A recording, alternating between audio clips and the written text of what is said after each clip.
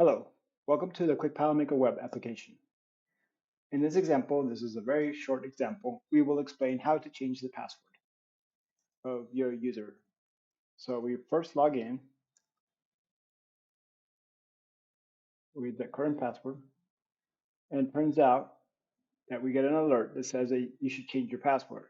Not because our servers are telling you, but because this password has security issues. So we say, okay, and we go to, for example, a place where any page, it doesn't matter, and we can go to the top right corner and we see here information for our user. And in this menu, we have an item that's called change password. So we click here, go to and type the current password, and then we type a new one.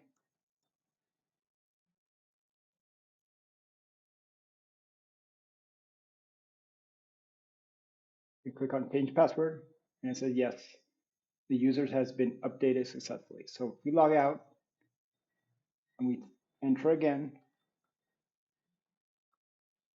and we use a new password, we should be logging in perfect with no alert message. Thank you.